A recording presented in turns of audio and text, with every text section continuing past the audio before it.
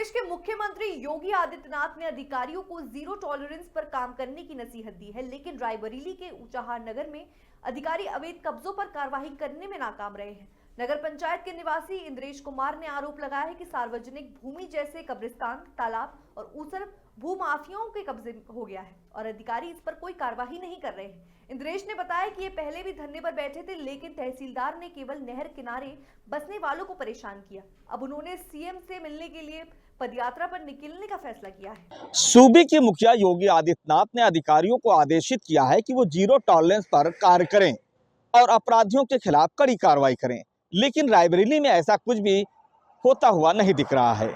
हम बात कर रहे हैं रायबरेली के ऊंचाहार कोतवाली नगर का।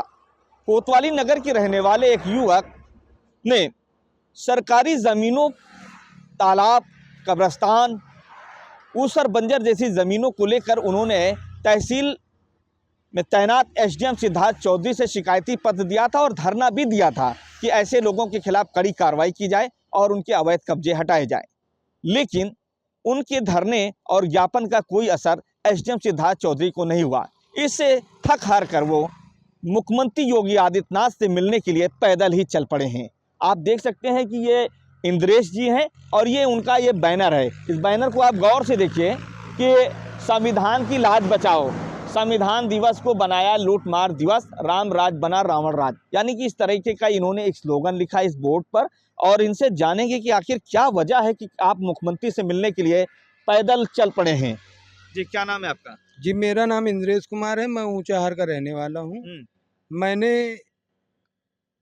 एसडीएम साहब को लिखित में एप्लीकेशन दिया था 3/12/2024 को, जिसमें कब्रिस्तान, ऊसर, तालाब और मकबरा, ठीक, और इन पे कार्रवाई कुछ भी नहीं हुई है तो जो नहर के किनारे, जो तालाब में नहीं है, उन नहर किनारे बसने वाले जो गरीब कि किसी तरीके से अपना गुजारा करते थे, शनिवार की दोपहर 1 बजे तहसीलदार मैडम की अगुवाई में और 6 सदस्यीय टीम लेखपालों की लगा के वो बिल्कुल गुमराह करने वाली बात वहाँ साबित हो रही है। और जो लोग वहाँ उजाड़े गए हैं वो सब अब मेरे दुश्मन हो गए हैं। इसलिए अब हम पद यात्रा करते हुए कलेक्टर साहब से मिलने के बाद अगर वो कहते हैं कि हाँ ठीक है, हम भाई आदेश जारी हो गया है, 2 साल 3 साल बीत चुके हैं, जो कोर्ट का आदेश है, मैं नहीं कह रहा हूँ। आपका आदेश है? आदेश ये हो गया है कि 3 साल पहले उनको हट जाना चाहिए। आज तक जुर्माना नहीं वसूल किया गया, आज तक बेदखली नहीं हुई है। ऐसे है? ये एसडीएम साहब की लापरवाही है, तहसीलदार मैडम की लापरवाही है। यानी यहाँ पर जो एसडीएम साहब हैं वो कितने दिनों से यहाँ पर तैनात हैं? उनको ये जनवरी आएगी 1 साल से ज़्यादा हो जाएगा।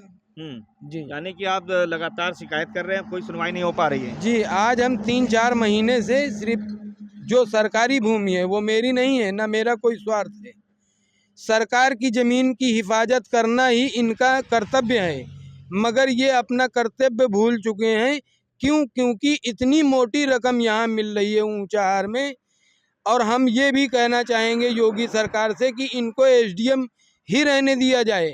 कहीं कलेक्टर बना दिया गया तो ये जिला भी बेच के खा जाएंगे। ऊंचाहार तो मेरा बिक गया, बेच के खा गए। ये बताइए, जो अवैध निर्माण है उन पर क्या कार्रवाई की गई अब तक? जो लोग अवैध निर्माण की हमने IGRS की थी बस स्टॉप पे, राजेश बुक डिपो के नाम से वो दुकान है, 4036 का गाटा संख्या है, जो कब्रिस्तान दर्ज है। उसमें 10-12 लोगों के खिलाफ अपने जो लिखित रखते हैं तहसील में, उसमें 8-10 लोगों का नाम दे रहे हैं। 2 आदमियों के खिलाफ उन्होंने धारा 67 के तहत बेदखली का वाद दायर किया। मज़े की बात यह है कि मामला एक है, वाद 2 दायर होते हैं। एक धारा 67 जो तहसीलदार मैडम के पास है, एक 38(1) के तहत कि उनको वहीं पट्टेदार भी बनाया जाए। ये एसडीएम साहब की कलम है, कह रही है, मैं नहीं कह रहा हूँ। कब्रिस्तान पर अवैध कब्जा है, बैनामा, वो लोग तो कह रहे थे बैनामा है। वो बैनामा सन 75 का है, जो मान्य नहीं है, क्योंकि उस समय चकबंदी चल रही थी और 10 रुपए की स्टाम्प में कोई बैनामा मान्य नहीं होता। वो एक तरीके से धोखाधड़ी उनके साथ हुई है।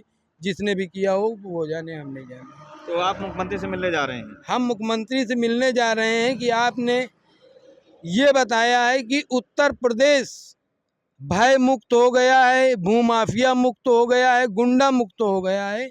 यहाँ रायबरेली जिला नहीं मुक्त हुआ है। उत्तर प्रदेश की तो आप बात ही छोड़ दीजिए, ऐसे डकैत ये बने हुए हैं। कौन बना हुआ है? एसडीएम सिद्धार्थ चौधरी की लूट मार मची हुई है एक तरीके से। ये अपनी पद का दुरुपयोग कर रहे हैं। इसलिए हम सरकार से ये कहना चाह रहे हैं कि अब इनको आगे ना बढ़ाया जाए, कि कलेक्टर बना दिया जाए। कलेक्टर बनने के बाद तो जिला खत्म हो जाएगा, सारे भूमाफिया कब्जा कर लेंगे। तो मेरे साथ में इंद्रेश जी, इनका साफ सा कहना है कि ये नगर के रहने वाले हैं और इन्होंने जो सरकारी ज़मीन है, कब्रिस्तान हो गई, तालाब हो गया, ऊसर हो गया, बंजर, इन तमाम जो ज़मीनें हैं जो अधिकारियों को रक्षा करनी चाहिए, ऐसी ज़मीनों पर भूमाफियाओं ने कब्जा कर लिया है। और इनका साफ सा कहना है कि वो लगातार 4 महीने से शिकायत भी कर रहे हैं। कुछ लोगों के आदेश भी हो गए हैं कि उनको कब्जा हटाया जाए, वसूली की जाए, लेकिन ऐसा भी तहसील प्रशासन ने अब तक नहीं किया है। तो इस तमाम चीज़ों को लेकर के ये काफ़ी आहत हुए हैं। और यही नहीं, इनकी शिकायत पर तहसीलदार की टीम ने नहर के किनारे बसने वाले करीबन 6 से 7 लोगों के झोपड़ियों को हटा दिया है। तो उस वजह से, उनकी झोपड़ी हट जाने की वजह से वो लोग इनके दुश्मन बन गए हैं। और इन तमाम चीज़ों को लेकर के ये काफ़ी आहत हुए कि प्रशासन से जिस चीज़ की शिकायत उन्होंने की थी वो ना करके किसी और की झोपड़ियाँ हटवा दी गई, जो कि तालाब की ज़मीन में नहीं आ रहे थे। अब वो लोग इनकी जान के दुश्मन बन गए हैं। इसलिए ये थक हार करके मुख्यमंत्री से मिलने के लिए पैदल चल निकले हैं। अब देखना ये होगा कि मुख्यमंत्री से मिलने के बाद ऐसे एसडीएम या तहसील प्रशासन के खिलाफ कार्रवाई होगी, या फिर भूमाफियाओं जिन्होंने अवैध तरीके से तालाब की और कब्रिस्तान की ज़मीनों पर कब्जा कर रखा है, उनके खिलाफ कार्रवाई की जाएगी। महताब अहमद, श्री न्यूज़, रायबरेली।